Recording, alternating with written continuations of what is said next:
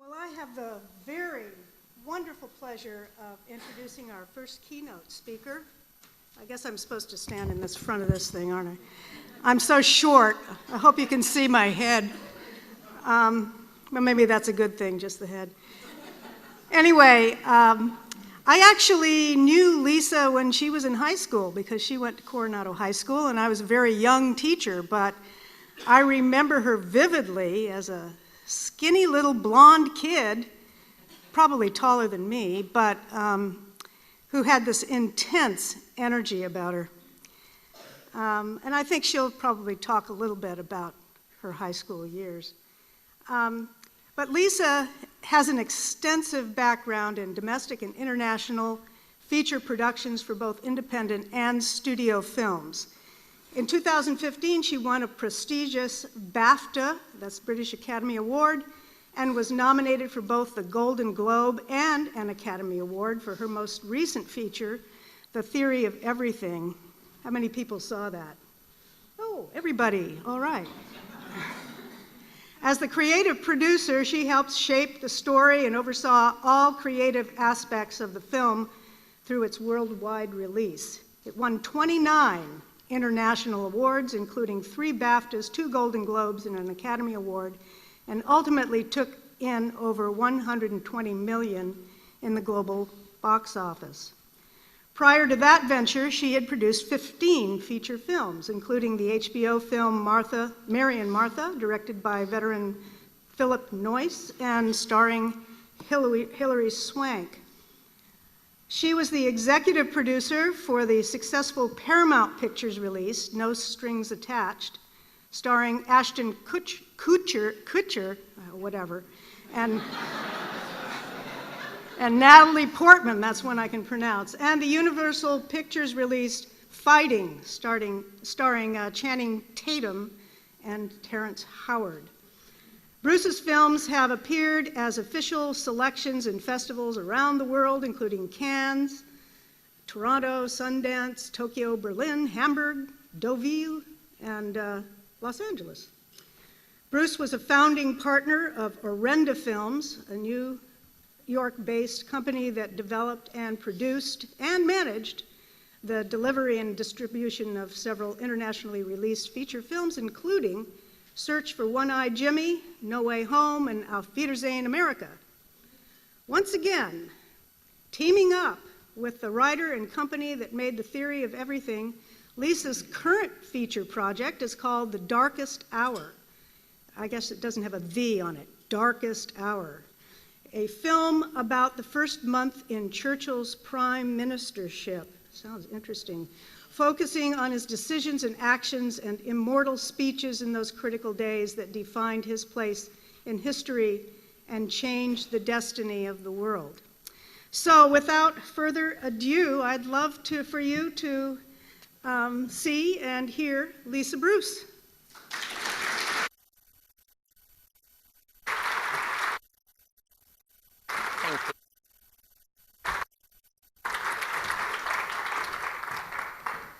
Thank you all.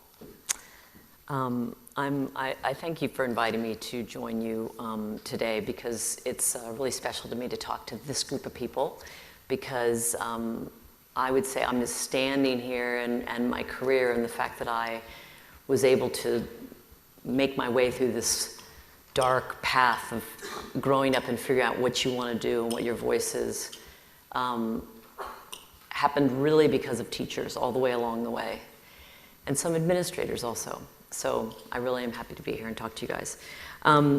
Everyone here sort of come together in some way or another because you are either an administrator or a teacher and you're pursuing your own artistic path, and you're all engaged in the journey of an artist. The dictionary definition of a journey is a traveling from one place to another, usually taking a rather long time. And so I wanted to talk to you today, the journey I want to talk to you today about is more about doing the work of an artist than wearing the label of an artist. Like many who grew up in this area, I'm a military brat.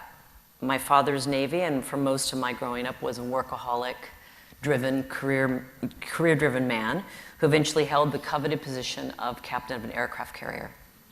Doesn't make for the best domestic situation for kids growing up, and my mother, who thought maybe she would have 1 or 2 kids, found herself at the ripe age of 30 with 5 of us. My parents have been married for 63 years, and as of this morning, they were still threatening to divorce.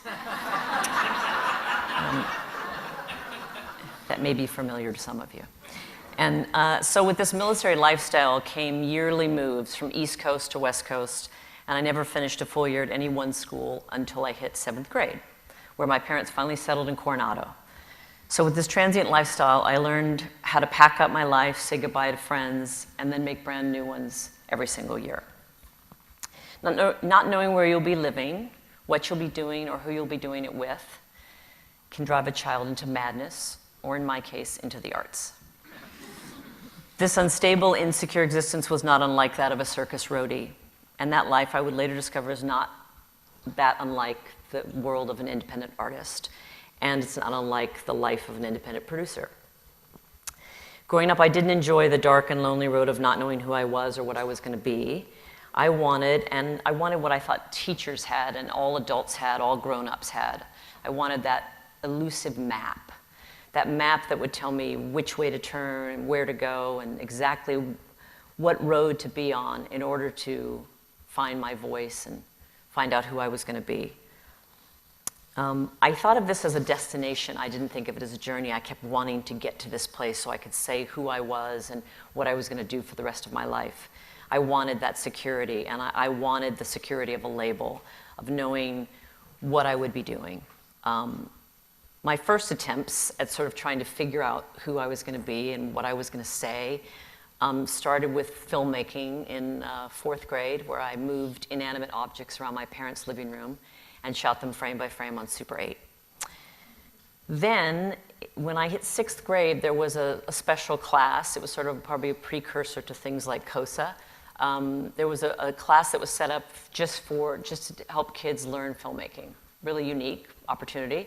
I took it, and it was there that a teacher encouraged me to change the inanimate objects, to replace the inanimate objects with people who might walk and talk and help me better tell a story.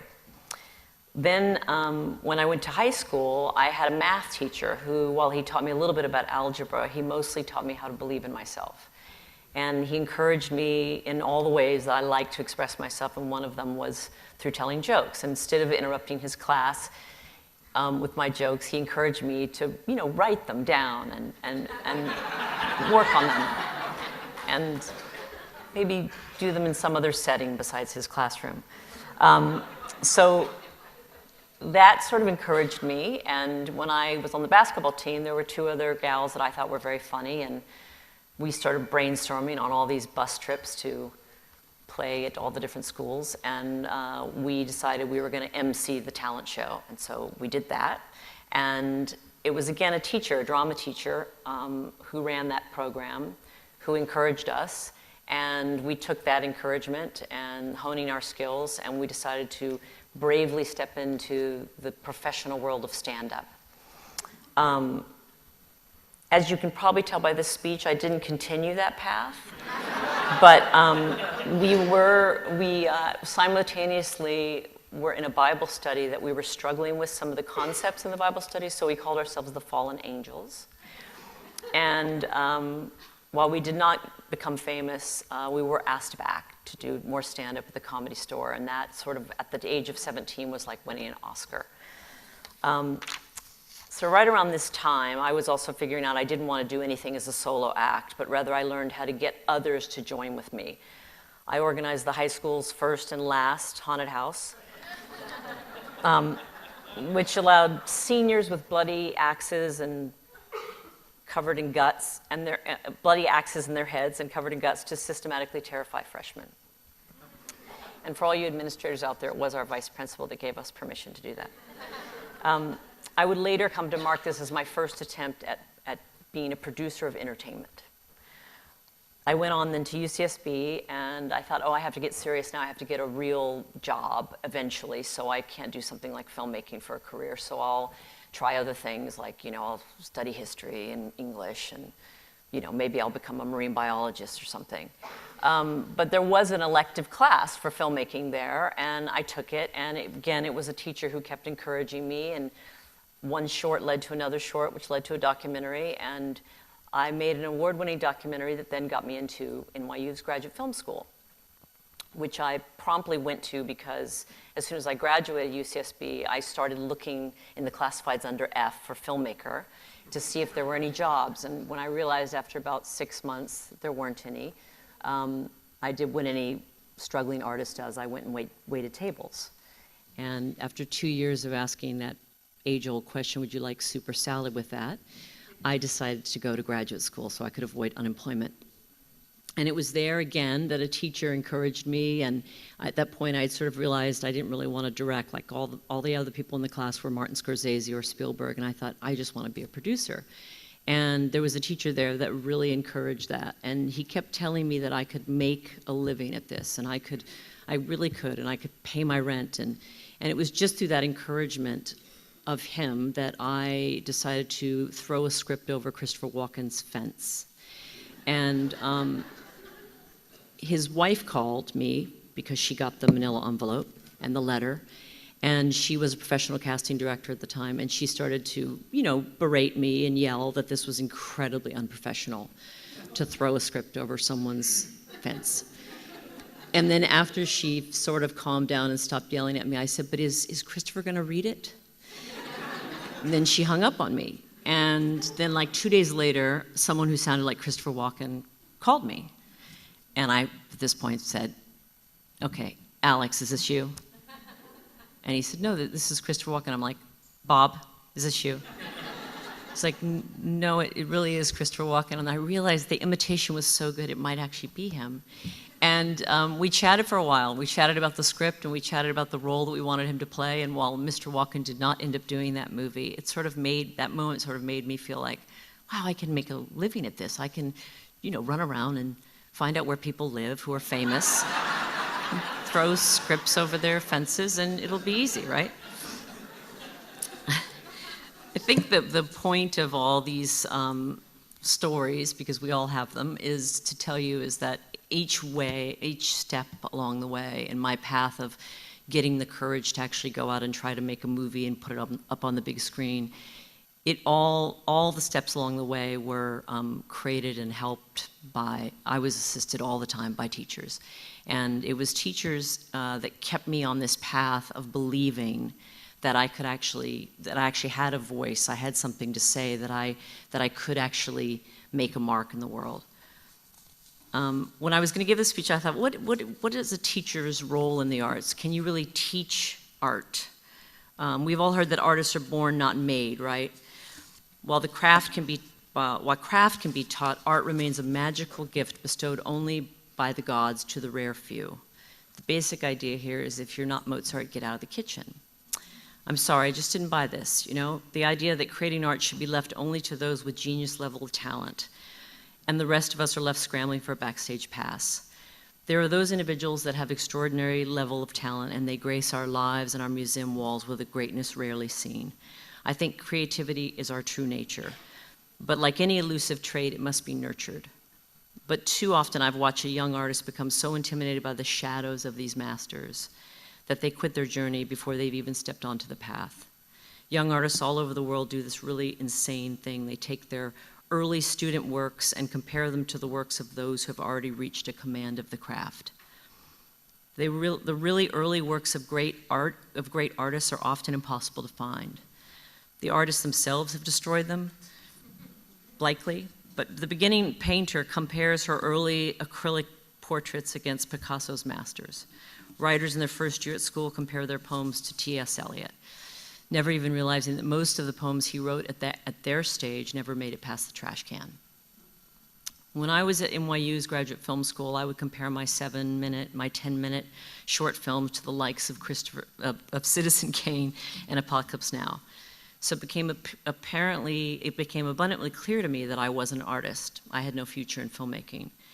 And then there was a teacher there that showed me Steven Spielberg and Martin Scorsese's very first short films. And while they were certainly better than mine, I no longer wanted to quit. when I first stepped onto the path to try my hand at filmmaking, I had this idea that for the great artists, everything came naturally. Film ideas and stories would just miraculously spill out of them like milk from a cow. I didn't think the muse visited them. I thought she was a full-time roommate.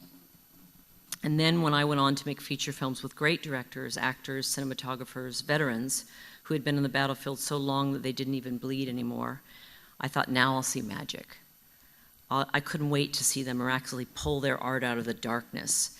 But instead, what I witnessed was these veterans slowly, painstakingly working at a craft the long hours of the night until they would eventually find a few gems here and there, and they would string them together to make something shine. Years ago, an interviewer asked the great guitarist Carlos Santana if he thought he was natural, if he thought he was a natural. He said, absolutely, but it took me 21 years to get there. So like so many of us involved in the arts, my journey has been a wandering one, with no clear directional signs. And when I began this journey, discovering what brush I would paint with, what song I would sing, like most of your students, I thought I was going to go on this road trip alone. I figured finding my place in the world, finding my creative voice, I thought this would be a solo journey. But I soon discovered I did not have that option.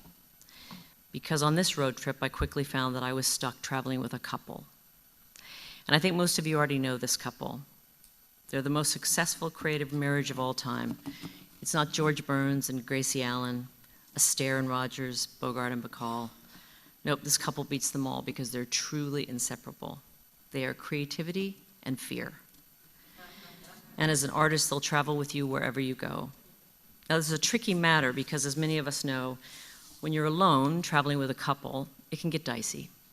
Especially with these guys because they fight all the time. They've even been known to physically attack one another. They can get loud, and when they really get going at it, you're liable to drive right off that road. Now, the goal here is not to try to ditch them at the first gas station stop or to try to separate them because that can't be done. But rather, the trick is to try and mediate their relationship and learn from their battles. Now, I know in a situation like this, the prevailing advice is to never take sides. But with these two, the opposite is true.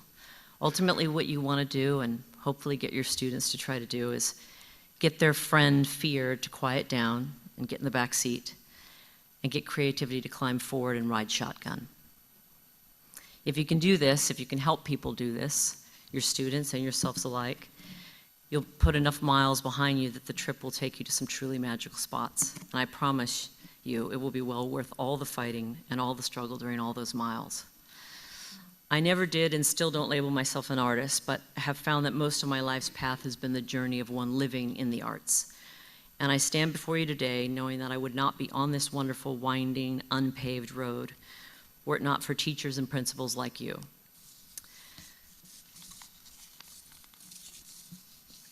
You might not have that elusive map, but you truly have kept me on that road, and that road is the less traveled one. And to quote the wonderful Robert Frost, that has made all the difference. Thank you.